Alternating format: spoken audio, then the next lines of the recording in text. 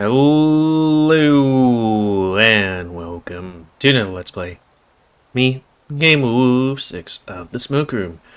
Before we start, if you're interested in playing this game, you can get it for free on itch.io, but if you want to support the people that make this game and or get the newest version earlier, you can go to their Patreon, which is $3 a month for this and other games. So, on the last Let's Play, it was one of those Let's Plays where you're like, oh, this isn't, here's a couple of things, and then you look at the time, it's like, heck, time flies.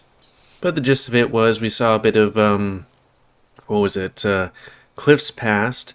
Also, we are Cliff now for, I think, the first time. And we woke up, went to the settlement, and nobody was here. Until church bell rang and people left the church. Because, you know, forcing a religion on somebody else is kind of an American thing. It do be like that. So anyways, reset my face. Though, I guess it's also Canadian. And America's, in general. It do be like that. Face reset. Oh. Come on. There we go. Let's start. That was a grim procession. They aren't too keen on folks from outside. Usually means trouble. We do kind of stick out here. Like a sore thumb. Still, that was quite the unusual treatment, even for outsiders. I hoped we'd finally be out of the metaphorical woods, but it seems trouble is yet brewing. Also, we're kind of surprised that this doesn't look like, Native American settlement, but more like a European settlement. Well, maybe not European, but kind of like a cleaner echo. Anyways, I only hope it doesn't get in the way of my work. I hope it's not going to be a problem when we start looking for a place to stay. I'm surprised you didn't plan that far ahead. I don't suppose we could stay at with one of our travel companions. They've already got enough mouths to feed as is. No problem, though. There's an inn pretty close by. There is? Splendid. Sam and Murdoch, would you be so kind as to rent a room for our party? Please inform our proprietor that money is of no issue. What are you going to do in the meantime? I have some business to attend to. So do we, right, Jeb? Right. I need to barter for a new pair of donkeys if we're hoping to make it back to Echo this year. The man finally has some spring in his step, and I'm beginning to think Avery played a large part in improving his mood. Yeah, I'd have to assume so. At least, based on what I can smell on him. Boy, it would be hard to, bang somebody in this universe, because then you'd be like, yeah, I know I'm like 10 feet away, but I know you too.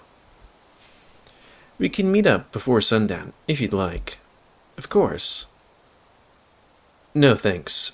We're off to pack our catches, and we'll have to see Sheila's folks to tell them.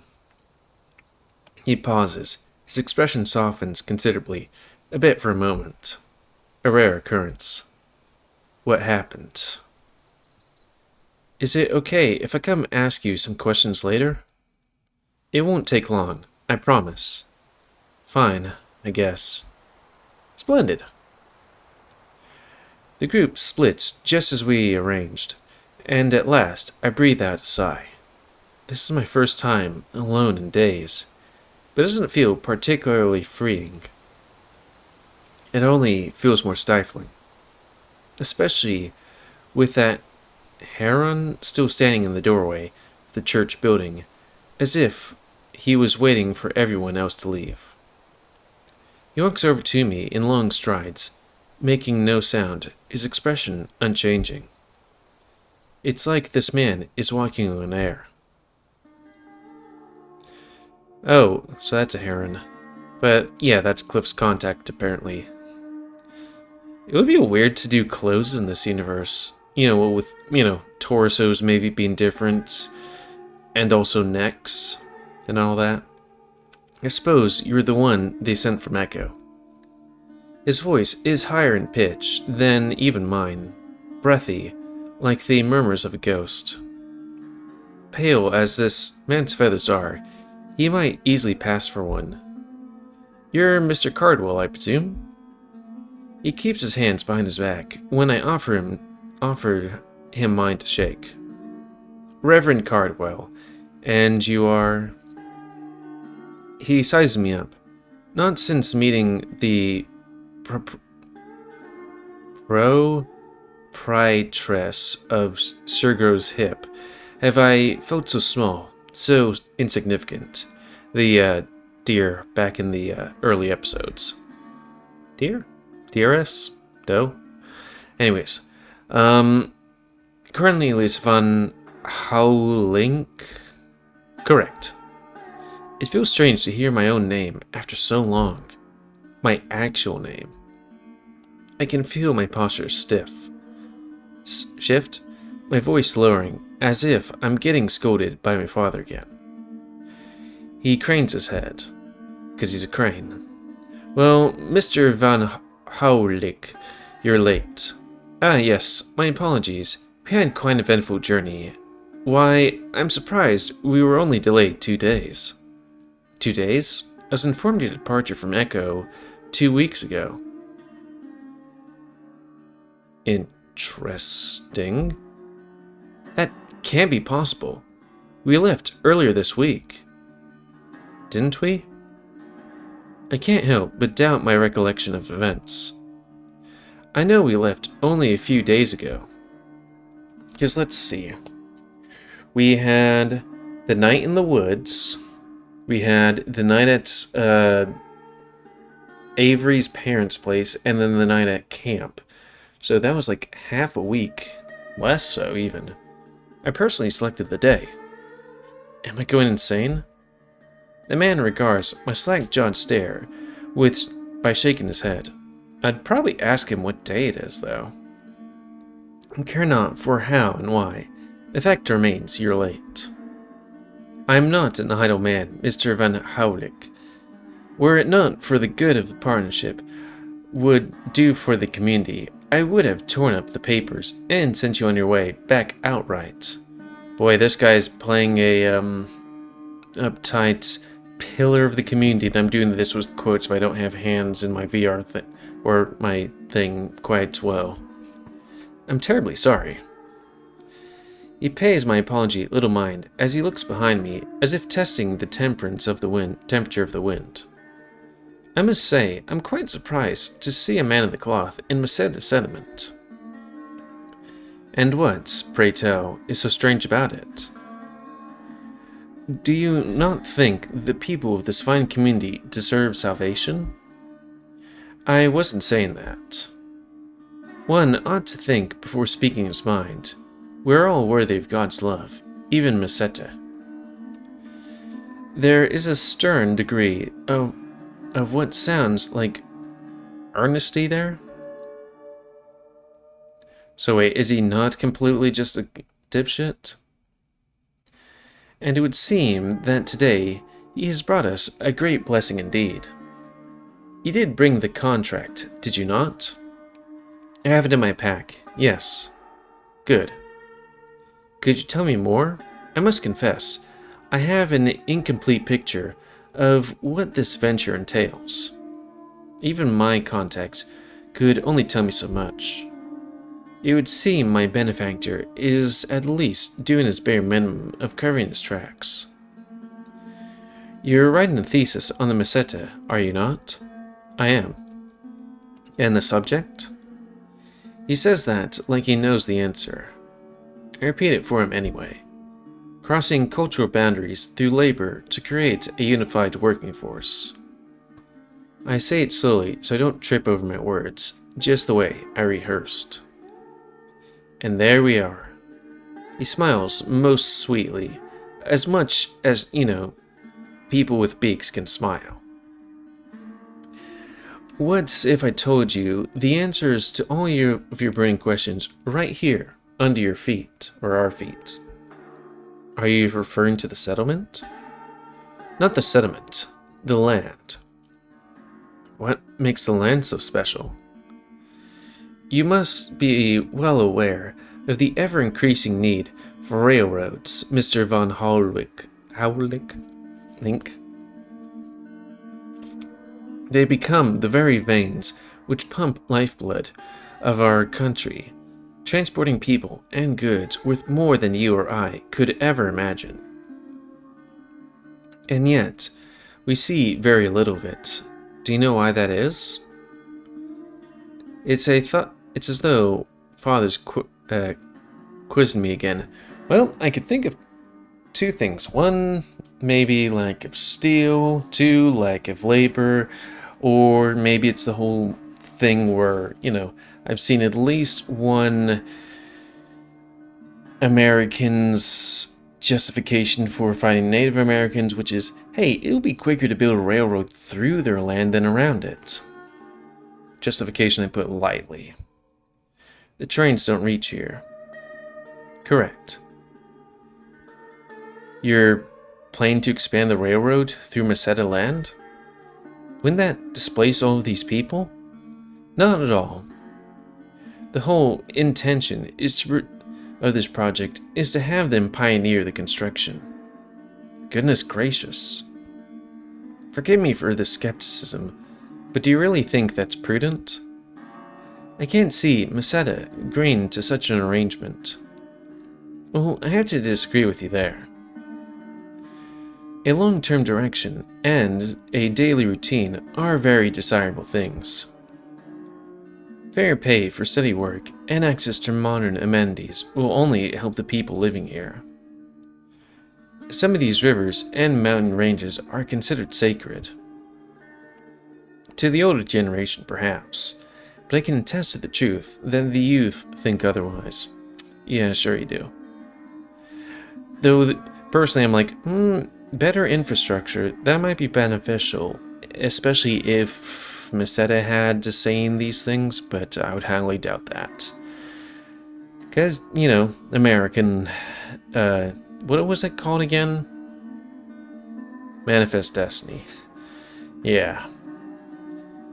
I am patient shepherd, Mr. von Howlick, and I know that most of my flock do not wish to wallow in superstition for a moment longer.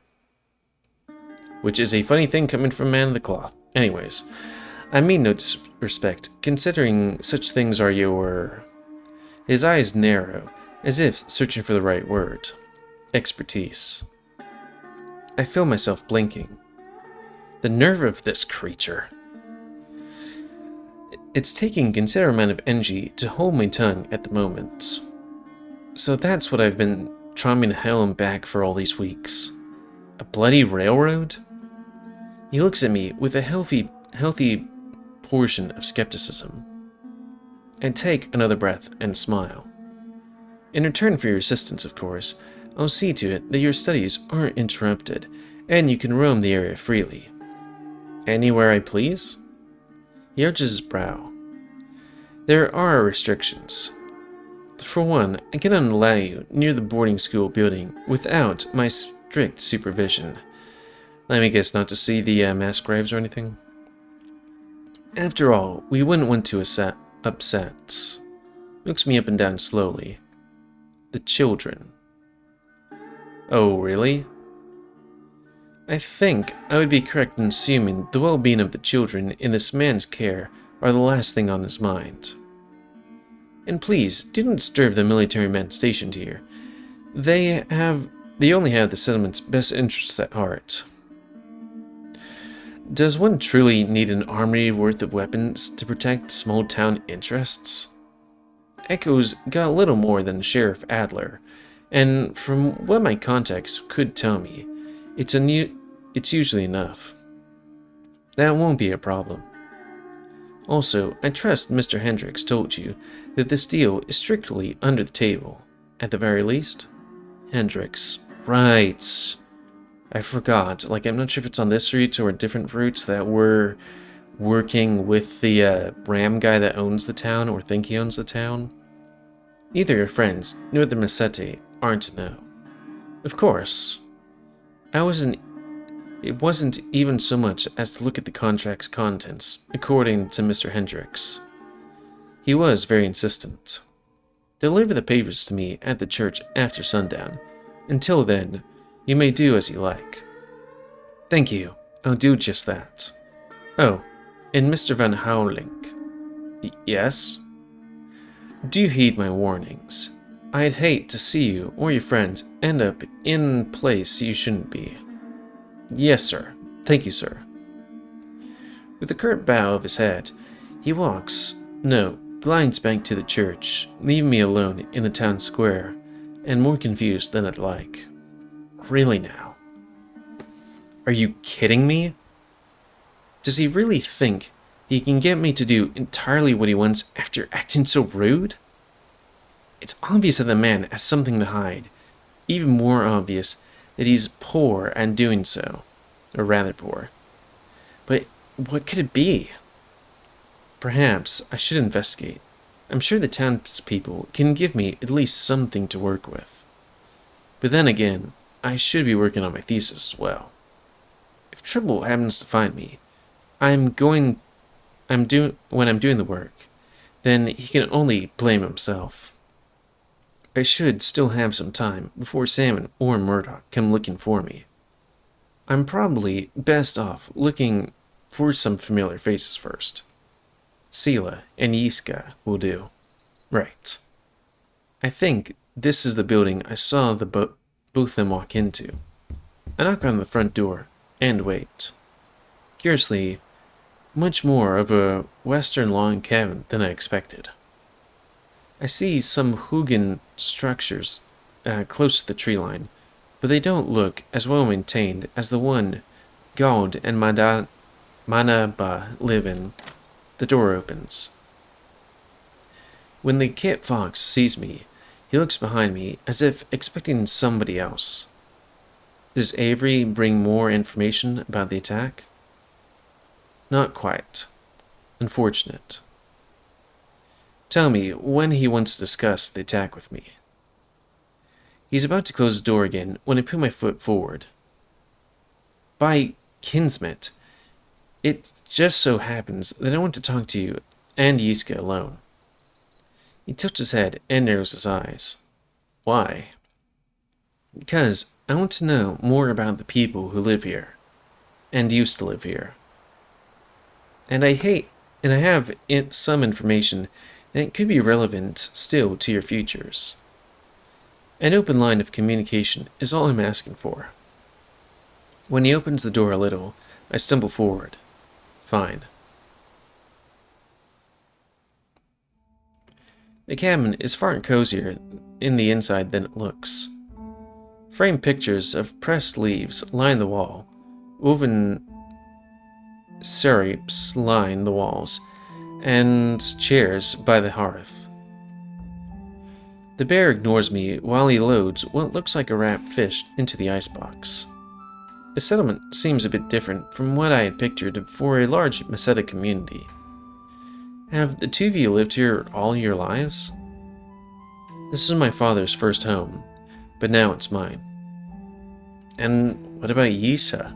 The orange bear gives me a curious look and wanders my way. Family? All of mine have been here for 35 years. I see. That's barely a generation. Who's texted me? Oh.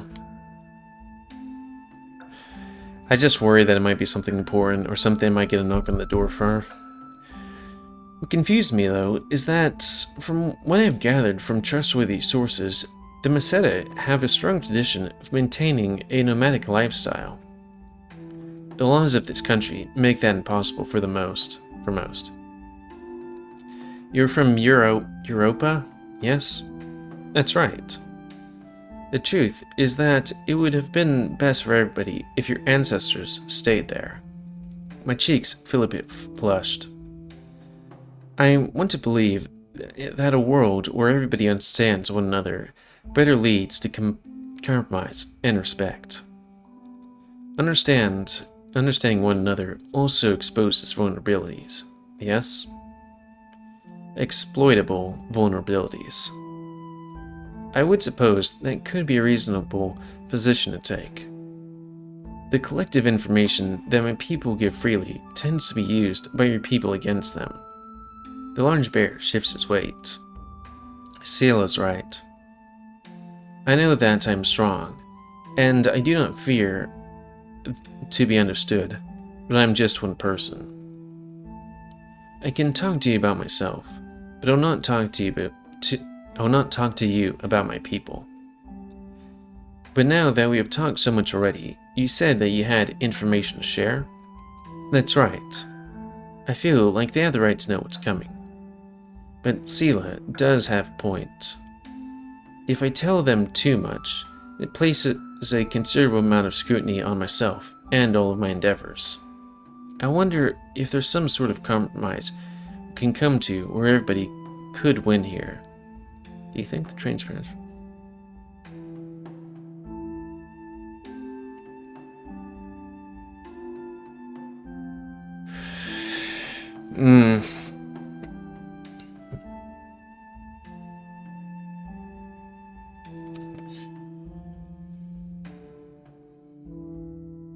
I hope that the main character would be like, hey,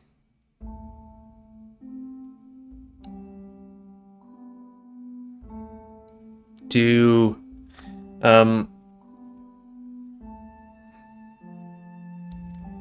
mean, let's just do this. Because fuck, manifest destiny and all that stuff. Both of the men look at one another, then to me. That must never happen. A connection from there to here must not be established. Sela hisses something that I cannot understand. I can tell there was something in Maseta language, but not vernacular that I'm familiar with. Yiska's brow furrows like he looks a little sickened, and he looks a little sickened. I can't... Sickened? Yeah. I can't agree that James would cancel the contract like this if they did happen to dig up something scandalous on the Reverend, of course. But I'm not exactly lying to them. Things certainly don't seem very ordinary to me around here. If the Reverend isn't conducting himself in a way that's benefiting civilized society, then I do not wish to reward him. So let's help one another. I hold out a paw. The kit fox looks at like a dead thing I dragged out of the road. Like it's a dead thing? Oh, looks at it. But the bear takes it and shakes it firmly. I'll put some leads together for you tonight. Good on you, man. Good on you. What a pity it would be for that puffed up poultry for there to be some reason his railroad project can't get off the ground. James might be disappointed if this venture doesn't turn out well, but I'm sure he has his backup plans for other routes just in case. And if that goes poorly too, then Father will just have to cope with that. I check my watch. I should still have some time to look into some manners. I've walked for ages to get here. I need new contacts. Suddenly, there has to be a general store or train post, or surely. Maybe I should read a normal book. Out loud. So I can do better. But you like that. Those are always a good place to start when you don't know anybody. I stop walking when I hear crunch notes behind me. It's Jebediah. He's holding a bright, shiny apple with a recent bite mark in the flesh. You seem like you've been busy. Yes, well, what else is new? I can hardly complain. This is an extraordinary opportunity for me, after all. I mean, with the skirt. He jerks his head towards the church. What an odd thing to say. He's not usually one to speak, or ask questions for that matter. The clergy has closer connections to the people here than the magistrate. Reverend Cardwell is speaking on my behalf to the town's officials to let us stay here for a while. For my studies. He blinks. Clergy aren't supposed to have much direct say in the law. You'd hope so, wouldn't you? You know, separation church and state and all that. Their own church forbids it. He's not wrong. I suspect this is more of a gentle request than a demand. Gentle, huh? I don't really want to linger on the subject for very much longer. The apple looks delicious. Or could I buy one myself? He lifts his eyebrows, but he says nothing. The trading post is the wooden cabin with the red tin roof. Splendid. I'll be back in a jiffy. I can feel his eyes resting on the back of my neck as I walk away. I can't blame him for being suspicious of this place. But surely he knows he can trust me. I am his employer after all. Yeah, trust your employer. A small bell rings when I walk through the wooden door. It's a modest little trade post, but there's something of everything. Canned food, oil lamps, fishing poles, hardware tools. You know, I've kind of driven through a reservation. Definitely didn't look as nice as this. 'Cause America tends to be really shit to the natives, even in today's, climate. An old-looking gray squirrel is manning the cash register, while what looks like to be her daughter helps her stock the shelves. Good afternoon, my dear. She looks at me with a facial expression that was impossible to read. Not angry, nor cheerful, no bored, no bothered. Withdrawn, perhaps? My friend tells me that you sell delicious apples here. She points to a crate full of them by the door. Oh, good. Well, I'd like to pay for a dozen then. She tells me the price, and then says nothing else. Not a bad price at all. My friends and I are in a bit of pickle and need a lot of supplies and provisions to make up for what we lost on the road. Where else could we go in town for supplies? This is the only store. I don't mind going out of my way. I've traveled about 2 weeks on foot, already just to get here. 2 weeks. There's a noticeable waver in my voice when I say those words. I can still hardly believe it's been that long. Unless the Reverend was playing some sort of twisted joke on me. Was it the forest? It couldn't have been. This is the only store. No markets? No craft exchanges? She just repeats the same line. She isn't impatient with me. She isn't angry. It feels like I'm interacting with a recording. None of this makes sense to me at all. Surely one store like this wouldn't be able to serve an entire community. Nothing about it speaks to a presence of a Messianic community, save a paltry selection selling pottery and some woven fabrics. If there are no other ways to buy goods, surely there are other ways this community helps one another? Even if there's not much I can purchase, I'd still love to know more about how the people here cooperate. She shrugs. What can't be bought in town or grown? What can't be bought is made in town or grown or traded. I can read. Maybe I should take a rest from reading. Rations are distributed weekly by the township. What is sold here is for those visiting or passing through. People with money. I suppose that makes me wonder. Wonder what? If more people with money came through this area, would it be more supplies, thus more business?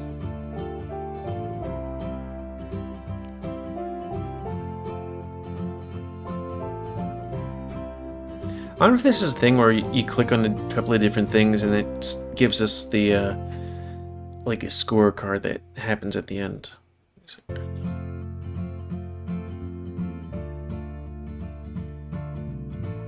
I guess this is the interaction, so let's do that. It sounds like the the way to attract more people to this town would be helpful to the community.